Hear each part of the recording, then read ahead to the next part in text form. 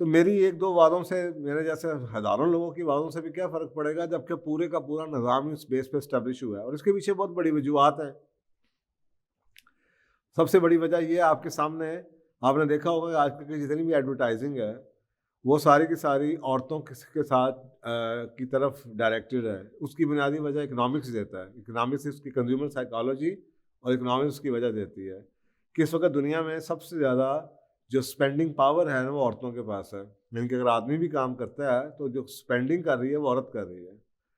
تو جب عورت نے ہی گھر چلانا اور شاپنگ کرنی ہے تو وہ ساری کی ساری میڈیا کی جو کمپین ہے وہ اسی طرف ڈائریکٹ کرتی ہے اور عورتوں کے تھرو ہوتی ہے اور ان کو وہ ایموشنلی ٹیپ کرتے ہیں. اس کے علاوہ ہر سال ہمیں یہ پتہ چلتا ہے کہ عورتوں کی جو کنٹریبیوشن ہے ورک فورس میں بڑھتی چلی جا رہی ہے اور اس کا مطلب ہے کہ اب ان کے ہاتھ میں اپنے پیسے بھی کافی آتے جا رہے ہیں. So they are becoming economically independent, جس کے بارے میں ایک ٹرمینالوجی یوز کی جاتی ہے. یہ ہو رہا ہے اور جو ہر چیز ہو رہی ہوتی ہے ضروری نہیں کہ وہ ٹھیک بھی ہو رہی ہو رہی ہے بھائی ڈزنٹ مین کہ یہ ٹھیک ہے. یا اس کے بارے میں شریعت کیا کہتی ہے، اللہ نے کیا کہا، تو ہمیں سمجھنے کی ضرورت ہے. مجھے ایک بڑا انٹرسٹنگ واقعہ یاد آتا ہے. اور آج کل تو یہ لوگ اکثر اوقات جو اسلامی شغف بھی رکھتے ہیں، شوق بھی رکھتے ہیں اسلامی باتیں سننے کا، کہنے کا، اور اس میں ایک بڑے بڑے اسلامی ادارے بھی شامل ہیں، ان کا بھی ایک مت ہے. مجھے یاد پڑتا ہے کہ حضرت خدیجہ کی اگزامپل بڑی دی جاتی ہے، بڑی کوٹ کی جاتی ہے.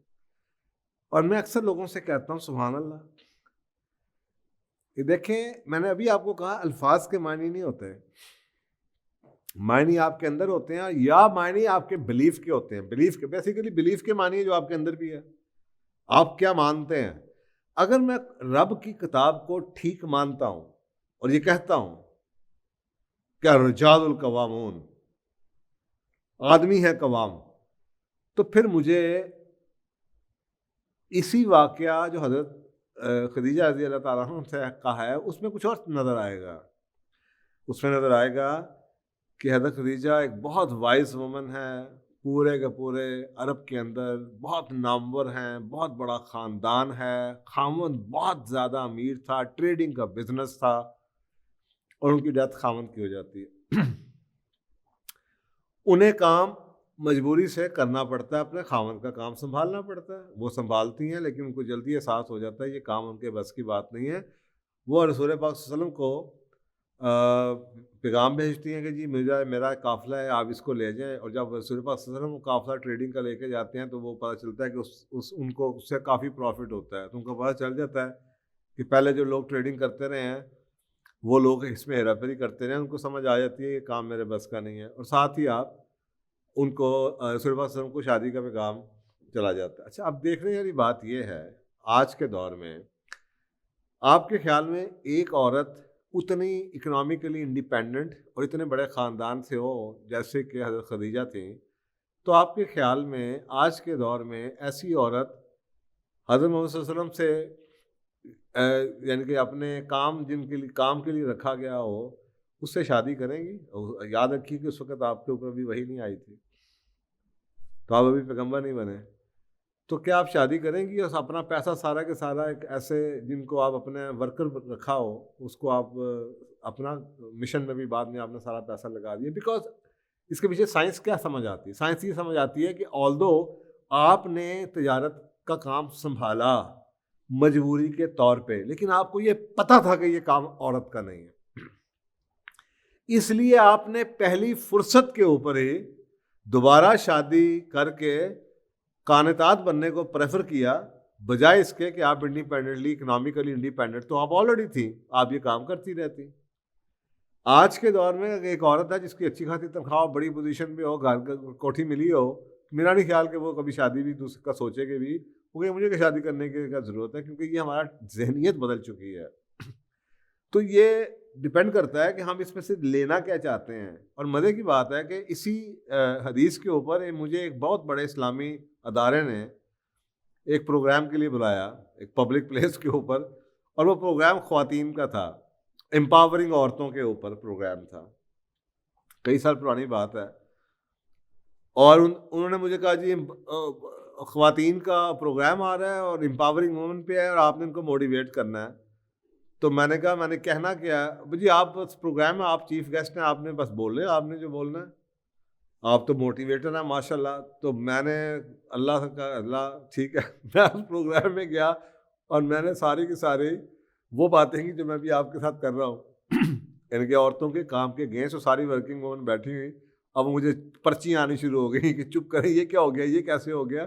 اللہ سبحانہ تعالیٰ کی تو میرا دل ہی نہیں کر رہا, میرے سے لفاظ ہی نہیں نکلے کہ میں اس فورم کو دیکھ کے بھی عورت کی کام کے حق میں بول دوں. اس لیے نعوذ باللہ مجھے لگا جیسے میں اللہ تعالیٰ کے ساتھ بغاوت کروں گا. اگر میں مجھ سے اللہ سے مدد مانگی اور اللہ نے میرے منہ سے وہی باتیں نکلوائیں, اور وہ دن اور آج کا دن پھر مجھے اس اسلامی ادارے نے مجھے دوبارہ نہیں بلایا. لیکن میں بتا رہا ہوں متھ کیسے بن چکے ہیں ہم, کیونکہ ورکنگ وومن تھیں اور اسلامی ادارے سے تھی, شاید میرے سے زیادہ ان کا اسلام کا اسٹڈی ہوگی. لیکن ہم اس میں اسی واقعے میں سے کہتے ہیں واقعہ ایک ہی ہے, وہ اس واقعے کو دیکھ کے کیا سیکھنا چاہتی ہیں اپنے بلیف کو پکا کرنے کے لیے, اور میں اپنے قرآن کی اس آیت کو سامنے رکھتے ہوئے اس واقعے کو کیسے انٹرپریٹ کرنا چاہتا ہوں, یہ میرا اختیار ہے. اور آپ کے سامنے اللہ سبحانہ تعالیٰ کی جو گائیڈنس ہے 4:34 کی قوام ہے. اب مجھے اگر یہ پتہ ہے کہ اللہ نے کہہ دیا کہ آدمی قوام ہے, اور اس لیے کہ وہ اپنا مال خرچ کرتے ہیں, یہ تو کہا کہ جی ایک کو دوسرے میں فضل دی, لیکن ساتھ یہ بھی کہہ دیا کہ وہ بیمان وہ کیوں بن والے ہوں کہ اپنا مال خرچ کرتے ہیں. تو کہ آدمی کا کام ہے مال خرچ کرنا, تو عورت کہاں سے اس میں آ گئی؟ پیسے کا کام تو آدمی کا کام تھا. تو میں اس حساب سے میں یہ سوچتا تھا کہ یار اگر قرآن پاک میں یہ آیت ہے تو یہ کیسے ہو سکتا ہے کہ حضرت خدیجہ جیسی خاتون, اتنا نام ماشاء اللہ, اتنا کنٹریبیوشن, اور رسول پاک صلی اللہ علیہ وسلم کی ساتھی شریک حیات, اور ایسے جنہوں نے اپنے سب کچھ نشاور کر دیا اسلام کے لیے, اور سب سے پہلے آپ کو سپورٹ بھی کیا ہو, تو یہ کیسے ہو سکتا ہے کہ آپ یہ جو لوگ کہتے پھرتے ہیں کہ جناب حضرت خدیجہ کام کرتی ہے. تو مجھے اس کے اندر سے جو ملا یہ آپ کے سامنے میں نے آپ کو بتایا کہ یہ ٹوٹلی اپوزٹ سائڈ سے, یہ آپ نے یہ پریفر نہیں کیا, اور اس کے باوجود آپ نے فوراً شادی کی. اچھا, اب اس کے بارے میں ریسرچ کیا کہتی ہے؟ اب میں آپ کے سامنے کچھ نا ریسرچ سامنے رکھ دیتا ہوں, باقی آپ کی مرضی ہے. میں نہیں چاہتا کہ یہ سوال بار بار اکر کرے, بدمزگی آئے. جو استاد ہوتا ہے نا اس کا کام وہ ان بائسڈ ہوتا ہے, اس کا کام ہوتا ہے جو سچ ہے وہ بتائے. استاد ہے ہی وہ جو سچ بتائے, اپنی چوائسیز کو, پریفرنسز کو علیحدہ رکھ کے. میں کیا پسند کرتا ہوں یہ میری شخصیت تک رہنا چاہیے. مجھے میں کیا پسند کرتا ہوں اس کی کوئی ویلیو نہیں ہے, اور نہ ہی ہونی چاہیے. آپ کو ایسے لوگوں کو سننا بھی نہیں چاہیے جو آ کے آپ کو بتائیں مجھے تو جناب یہ کنوں اچھا لگتا ہے جی. اچھا جی, پھر منو جی کیلا چنگا لگتا ہے. اب یہ کیا بات ہوئی؟ علم تو کچھ اور تھا بھئی. آپ بات کریں آگے کہ ٹھیک کیا ہے, سچ کیا ہے. اوپینین دینے کے لیے ٹی وی پروگرامز بھرے ہوئے ہیں, ہر بندہ اپنی اوپینین دے رہا ہے, سارے معاشرے کو کنفیوز کیا ہوا ہے. اور بھائی ان کی اوپینین دینے کا کیا اختیار ہے؟ ہم ٹائم ضائع کر رہے ہیں, بیٹھے ہوئے ہیں پروگرام, وہ تو اپنی تنخواہ لے رہے ہیں اس پروگرام کو کرنے کے لیے, لوگوں کو گمراہ کر رہے ہیں, اپنی اپنی اوپینین دے رہے ہیں, تو اور وہ 10 قسم کی اوپینین آ رہی ہیں اور لوگ کنفیوز ہو رہے ہیں وہ اوپینین سن سن کے. تو اوپینینس کے اوپر لوگوں کو مت سنا کریں, حقائق کے اوپر جو سیدھی بات کرتے ہیں, سیدھی بات کرتے ہیں, سچ بات کرتے ہیں. اور یہ بھی نہیں ہونا چاہیے اچھی بات کرتے ہیں. اچھی بھی آپ کی اور میری اپنی اچھائی ہے, جو سچ ہے وہ سچ ہے. تو اس کے اوپر دیکھتے ہیں کہ جو ریسرچ سٹڈیز ہیں وہ کیا کہتے ہیں. 1993 کی 1993 کی ایک ریسرچ ہے, اور وہ یہ بتا رہی ہے, اور یہ پبلش ہو چکی ہوئی ہے, اور یہ journal of marriage and the family کے اندر بڑا اہم قسم کا اور بڑا فیمس اور بڑا اوتھینٹک قسم کا جرنل ہے جس میں ریسرچ سٹڈیز آتی ہیں. اس میں اسٹڈی ہے, اور وہ یہ کہہ رہی ہے کہ فیمیل امپلائمنٹ, خواتین کی ملازمت کے ساتھ اٹیچ ہے شادی کی جلدی ڈیزولوشن, شادی ٹوٹ جاتی ہے. اور یہ لنک نکل آیا, یعنی کہ ریسرچ کے بعد انہوں نے یہ لنک نکالا ہے. اور اس کے بعد کیا لنک نکالا ہے کہ جو عورتیں باہر کام کر رہی ہیں ان میں سب سے زیادہ بریک اپ ہے جو اپنے فیملی بزنسز میں بھی کام کر رہی ہیں، ان میں بریک اپ سیکنڈ نمبر پہ ہے، اور جو بالکل کام نہیں کر رہی ان میں بریک اپ سب سے کم ہے۔ اچھا اب آپ اس کو ریلیٹ کریں حضرت خدیجہ سے، کہ حضرت خدیجہ تو فیملی بزنس تھا، یعنی کہ حضرت خدیجہ نے، اب یہ اگر آپ کہیں کہ جی وہ تو فیملی، اور میں تو ابھی جو نوکریاں کرتے، اور حضرت خدیجہ کی تو نعوذ باللہ بات ہی نہ کرے، ان کا تو فیملی بزنس تھا۔ آج کل کی جب خواتین یہ سوال پوچھتی ہیں وہ تو صرف اپنی ملازمت کو جسٹیفائی کرنے کے لیے پوچھتی ہیں، بعض دفعہ وہ یہ بھی نہیں جاننا چاہتی کہ ملازمت کسی کے جا کے جہاں پہ اسلام کی 36 اور چیزوں کی دھجیاں اکھڑتی ہیں، اس کا کیا کمپیریزن ہے حضرت خدیجہ کے گھر میں بیٹھ کے کسی کو امپلائی کر کے تجارت کرنے سے؟ وہاں پہ کون سی وہ بیٹھ کے سارا دن آپ ای میل تھوڑی کرتی تھیں، آپ واٹس ایپ کے اوپر تھوڑی مارکیٹنگ کر رہی ہوتی تھی، آپ نے تو صرف پیسہ لگایا ہوا تھا، آگے بندے رکھے ہوئے تھے، یہاں کا مال خریدتے تھے، وہ لے کے چلے جاتے تھے، واپس آتے تھے اور آگے جناب حساب دے دیتے تھے، ہم یہ خرید کے لے آئے، یہ بیچ کے لے آئے، بیچ دیا ہم نے۔ تو کیا اس کو وہ آج کی جاب سے کیسے ہم ریلیٹ کر سکتے ہیں؟ گھر میں وہ اس وقت بھی بیٹھی ہوئی تھی، تو یہ ریسرچ اس کے بارے میں بھی یہ بتا رہی ہے۔ اسی طریقے سے ایک اور اسٹڈی ہے 1993 کی ہے، اور یہ 15 سال کے فالو اپ کے بعد یہ اسٹڈی ہے، ان کے پہلے 15 سال اس کپلس کو جو اسٹڈی میں تھے ان کو ریسرچ کرتے رہے ہیں، اور اسٹڈی کا اینڈ یہ نکلا ہے کہ جو کالج ایج کپلس ہیں، جو کالجوں میں جاتے ہیں، جو کہ ٹریڈیشنل جینڈر رولز کو بلیو کرتے ہیں اور جینڈر رولز کی مکسنگ پسند نہیں کرتے، یہ جو ہم نے مکسنگ شروع کر دی ہے نا، کوئی بات نہیں تھوڑا سا یہ کام کر لیتا، کوئی بات نہیں تھوڑا سا یہ گھر کا کام کر لیتا ہے آدمی، جو ٹریڈیشنل جینڈر رول پہ، جیسے سارا سال سے تہذیبوں میں، ایون کہ یورپ میں بھی یہ چلتا تھا، آدمی فارم پہ کام کرتے تھے اور عورتیں زیادہ سے زیادہ یہی کرتے تھے کہ ہسبینڈ کی ہیلپ میں کر دیتی تھی فارم کے اندر ہی، فصل اکھاڑنے میں، پودے لگانے میں، پانی لگانے میں، بکریوں کو پانی ڈال دیا، بھینسوں کو، یہی ہیلپ ہوتی تھی۔ تو یہ کوئی کانسیپٹ نہیں تھا کہ بیوی آپ کی کسی اور کے پاس کام کرنے جا رہی ہے، کوئی کانسیپٹ نہیں تھا۔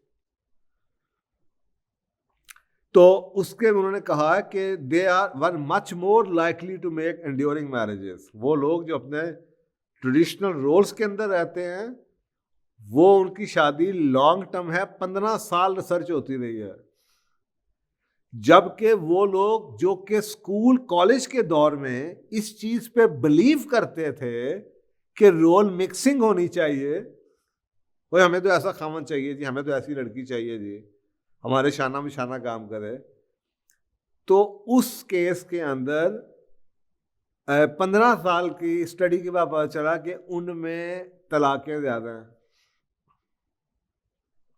15 سال، آپ مجھے یہ بتائیں کہ اس کے اندر یہ ابھی ختم نہیں ہوئی، یہ دوسری اسٹڈی، اور یہ ساری انڈیپینڈنٹ اسٹڈیز ہیں، کوئی ہالینڈ سے آ رہی ہے، کوئی جناب ڈنمارک سے آ رہی ہے، کوئی امریکہ سے آ رہی ہے، کوئی انگلینڈ سے آ رہی ہے۔ اب یہ جو میں اسٹڈی بتا رہا ہوں ڈچ ہے، یہ 2004 کی اسٹڈی ہے، اور یہ نیدرلینڈ سے آئی ہے، ہالینڈ جسے آپ کہتے ہیں، journal of marriage and family میں پبلشڈ ہے، اور یہ بتا رہے ہیں کہ جی ڈچ اسکالرس نے یہ رپورٹ کیا کہ فل ٹائم ورکنگ وومن جو فل ٹائم کام کرتی ہیں ان میں طلاق کی شرح 29% زیادہ ہے، اور یہ بات یاد رکھیے، یہ اسٹڈی ڈچ سے آ رہی ہے، ایک ملک سے آ رہی ہے، ایک ہالینڈ کے ملک سے آ رہی ہے، لیکن وہاں پہ 29% زیادہ ہے، اور آن دا اپوزٹ سائڈ جتنا زیادہ ہسبینڈ کام کرے گا اتنا طلاق کی شرح کم ہوگی۔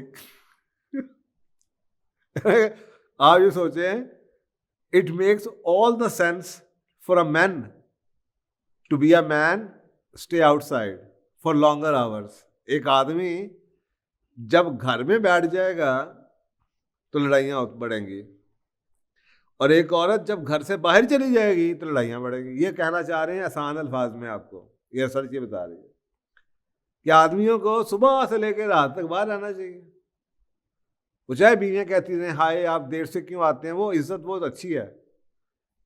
گھر میں بیٹھیں گے نا تو 4 دن بعد بیوی نے کہنا باہر نہیں جانا، تو سب اندر ہی بیٹھ گئے ہو۔ کیونکہ آدمی کو اللہ نے بنایا نہیں اندر، ساتھ اندر بیٹھے گا، اس کی نیڈ ہی نہیں پوری ہونی اندر بیٹھ کے، اس نے روب جمانا شروع کرنا ہے، کچھ بڑبڑ کرنی. آدمی عورت ہے، اس کے اپنے سینکڑوں کام ہیں، وہ بھی چاہتی ہے بریک اس کو ملے، وہ بھی گھر کی کوئین بننا چاہتی ہے. کنگ بار جائے گا تو وہ کوئین بنے گی نا. وہ بھی ذرا بچوں کے ساتھ اپنے حساب سے تھوڑا سا لیٹے آرام کرے، باہر بیٹھے ہی تو ہسبینڈ ہوگا تو سارا دن وہ ایک کرفیو لگا رہتا ہے. تو یہ جینڈر رولز کی مکسنگ کی آپ کے سامنے ہے. تو میں نے اس لیے کہا اٹس ناٹ اباؤٹ کہ مجھے کیا پسند ہے، میں تو اپنی رائے دیتا ہی نہیں کہ مجھے کیا پسند ہے. لاجیکلی اسپیکنگ کسی کو کوئی چیز مل رہی ہو تو اس کو کیا بدمزگی ہے. میری بیگم جناب کما کے لا رہی ہو تو مجھے کیا بدمزگی ہے، لیکن ایک چیز غلط ہے سو غلط ہے. اس سے کیا فرق پڑتا ہے کہ مجھے کیا پسند ہے یا برا لگتا ہے. جو سچ ہے وہ تو سچ ہے. اسی طرح کی ایک اور اسٹڈی ہے جس کو مشہور کیا گیا، جس کے اسٹڈی کا جو نام ہے وائف انڈیپینڈنس ہائپوتھیسس، مفروضہ بنایا گیا عورت کی آزادی کے بارے میں، اس پہ اسٹڈی کی گئی.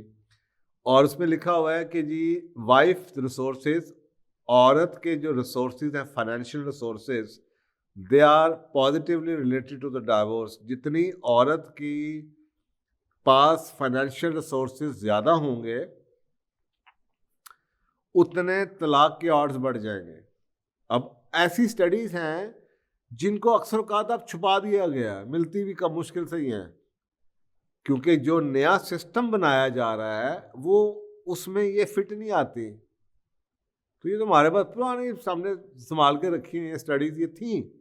دنیا میں یہ ہوتا آیا ہے، یہ اللہ کے قانون نے آپ کو یہ بتاتا رہا ہے کہ اس کے قانون کو توڑو گے تو کیا قیمت معاشرہ چکائے گا. اور آپ دیکھ لیں ویسٹ میں شادیوں کی حالت کیا ہے، اور اب جب سے پاکستان کے اندر وہ چینجز آ رہی ہیں تو یہاں پہ بھی آپ دیکھ لیں ڈائیورس ریٹ کیسا جا رہا ہے. اچھا ایک اور اسٹڈی، یہ جو اسٹڈی آپ کو بتا رہا ہوں اسی کا دوسرا پارٹ ہے ہسبینڈ ریسورسز. جبکہ عورتوں کے جتنے زیادہ ریسورسز بڑھیں گے طلاق کی شرح بڑھے گی، اور ہسبینڈ کے جتنے زیادہ ریسورسز بڑھیں گے اتنی طلاق کی شرح کم ہوگی. کیونکہ ہسبینڈ جو امیر ہوتا چلا جائے گا وہ بیوی کے ساتھ اوبلائج ہوتا چلا جائے گا، پیار بڑھتا چلا جائے گا، طلاق کم ہوتی جائے گی. عورت جتنی زیادہ فائنینشلی انڈیپینڈنٹ ہوتی چلی جائے گی اتنی زیادہ طلاق بڑھتی چلی جائے گی. پھر آپ کو سامنے it makes all the sense کہ آدمیوں کو کامیاب بنائیں، قوام بنائیں، اور عورتوں کو قانتات بنائیں. شادی کا اصل رول یہی ہے، اور یہ ریسرچ پروو کر رہی ہے، اور یہ ریسرچ کسی مسلمان ملک کی نہیں ہے، ایک بندے کی نہیں ہے.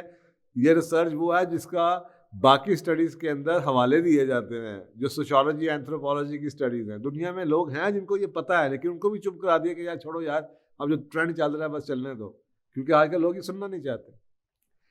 اسی طریقے سے ایک اور بڑی انٹرسٹنگ اسٹڈی ہے 2004 کی، جنرل میرج اینڈ فیملی کے اندر پبلشڈ ہے، اور اس میں بتایا گیا بڑی انٹرسٹنگ اسٹڈی. اس میں کہا جی ایچ $1,000، ہر $1,000 انکریز اگر ہو جائے وائف کی انکم میں as a percentage of the total house hold income, یعنی کہ اگر ٹوٹل ہاؤس ہولڈ انکم 100 ہو گئی، ہسبینڈ کے اس میں 70 پوائنٹس ہیں کہ 70 گنا 70% ہسبینڈ کماتا ہے، 30% عورت کماتی ہے.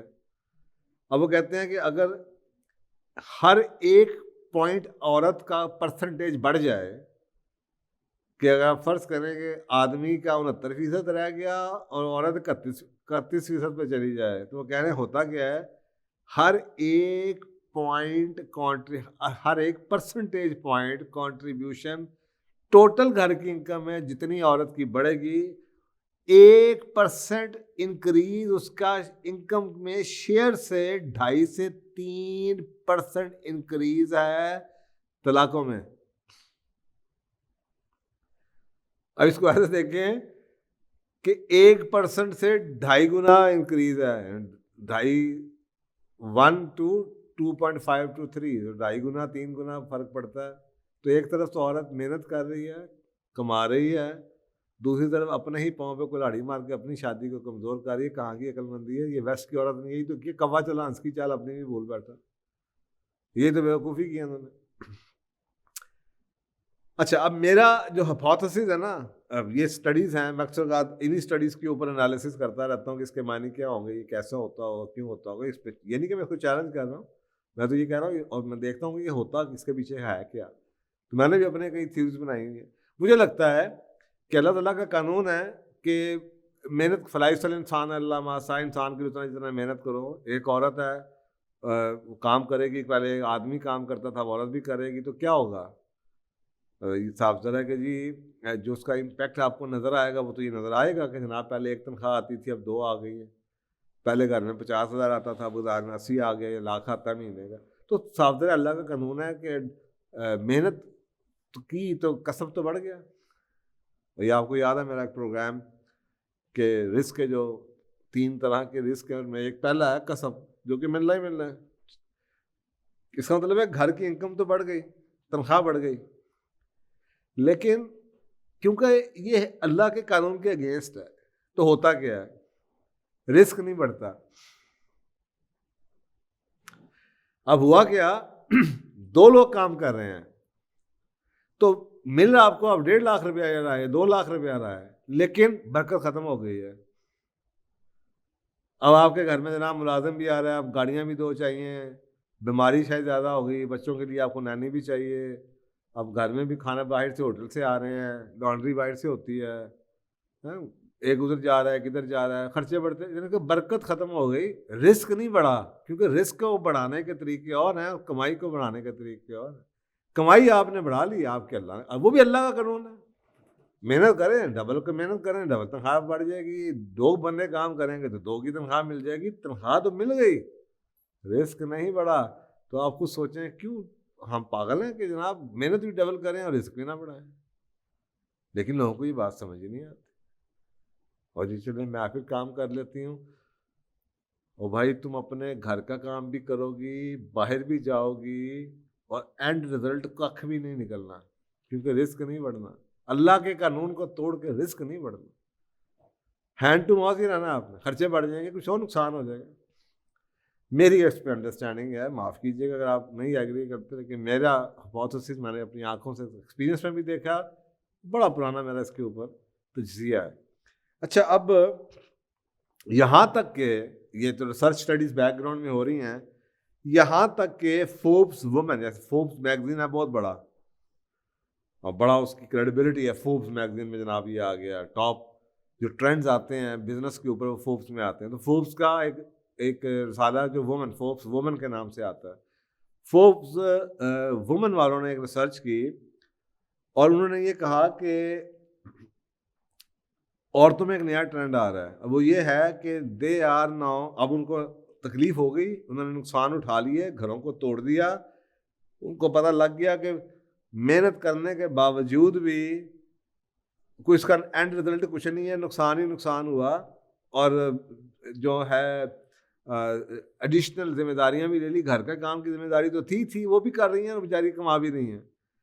تو اب وہ یہ کہہ رہی ہیں کہ اب گروئنگ نمبر آف وومن, جو کہ فوربس وومن کا مطلب ہی ہے جو لوگ جو ورکنگ وومن ہیں, جو 20-30 سال سے کارپوریٹ میں کام کر رہی ہیں, ان کے اوپر اسٹڈی ہوئی ہے. تو وہ یہ کہہ رہی ہیں, گروئنگ ریسرچ کہہ رہی ہے کہ growing number of women now they see staying at home to raise children as a financial luxury. اب وہ جو کام کر رہی ہے 20-30 سال سے پس رہی ہے, وہ اب ان سے پوچھیں کہ گھر میں بیٹھ کے بچوں کو آپ کو پالنا پڑے, تو وہ سمجھتی ہیں یہ تو اتنی بڑی لگژری ہے کہ ہم تو افورڈ ہی نہیں کر سکتے. ایسا ہمیں کون سا خامن ملے گا جو ہمیں گھر میں بیٹھ کے کھلائے گا. خدایا یہی تو خامن تھے آج سے 100 سال پہلے, بگاڑا تو سسٹم نے ان کو. خامن تو ایسے ہی ہوتے تھے, ساری عیاشی کرتی تھی. ابھی بھی پاکستان میں مسلمانوں کے ملک میں بڑے آپ کو ایسے خامن مل جائیں گے جو کہ دھکوں کے جانوروں کی طرح کام کرتے ہیں, بیویاں ان کی عیاشی کرتی. تو یہ پھر میں ریپیٹ کر رہا ہوں, فوربس وومن کی ریسرچ ان عورتوں پہ جو کارپوریٹ کے اندر ٹاپ لیول پہ پوزیشن پہ بیٹھی ہوئی ہے, ان سے پوچھا گیا کہ اسٹیئنگ ہوم کو, بچوں کی تربیت, گھر میں رہ کے بچوں کی تربیت کرنے کو آپ کیا سمجھتی ہیں. تو بجائے اس کے کہ وہ یہ کہتی ہیں یہ کوئی کام ہے, یہ گھٹیا سا کام, یہ ایسا ہے, تو وہ آگے سے کیا کہتی ہیں, وہ یہ کہتی ہیں کہ جناب یہ ایسی فائنینشیل لگژری ہے جس کا ہم خواب ہی دیکھ سکتے ہیں.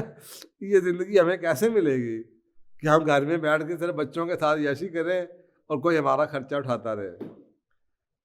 اور ان میں سے 36% عورتیں اسی چیز کو یعنی کہ یہ جو میں نے آپ کو بتایا یہ جو ریسرچ ہے یہ 84 یعنی کہ 100 میں سے 84 عورتوں نے یہ کہا ہے جو کارپوریشن میں ہیں کہ staying home to raise children is a financial luxury they aspire to have یعنی کہ they want to have they wish to have. یہ ایسی ایک لگژری ہے. اور ان میں سے 36% یہ کہتی ہیں ہمیں اپنے خامدوں پہ غصہ چڑھتا ہے کہ وہ اتنا کیوں نہیں کماتے کہ ہم گھر میں بیٹھ سکیں. اب یہ آپ کے سامنے کچھ حقائق ہیں. اب اس کی مرضی کے اوپر آپ آگے آپ کا فیصلہ ہے بھائی. مجھے جو اس چیز سے میں سچ بولتا رہوں گا, بتاتا رہوں گا, آگے میرا کوئی ایجنڈا نہیں ہے. میں ایک ریسرچر ہوں, اللہ کو حاضر ناظر جان کے میرا صرف آپ کو, میں اکثر کار لوگوں سے کہتا ہوں میں کاؤنسلر بھی ہوں. مجھے نا بعض بار یہ فیلنگ ملتی ہے کہ لوگ غلط فیصلے کر لیتے ہیں ٹرینڈز کی بیس پہ. فیشن بن جاتا ہے نا ایک چیز, اور بعد میں جب کانسیکوینسز آتے ہیں نا تو ڈپریشن میں آ جاتے ہیں, بیماریاں لگوا لیتے ہیں, اور اس وقت کہتے ہیں کاش یہ پتہ ہوتا. اول تو یہ آپ کو خود پتہ ہونا چاہیے تھا.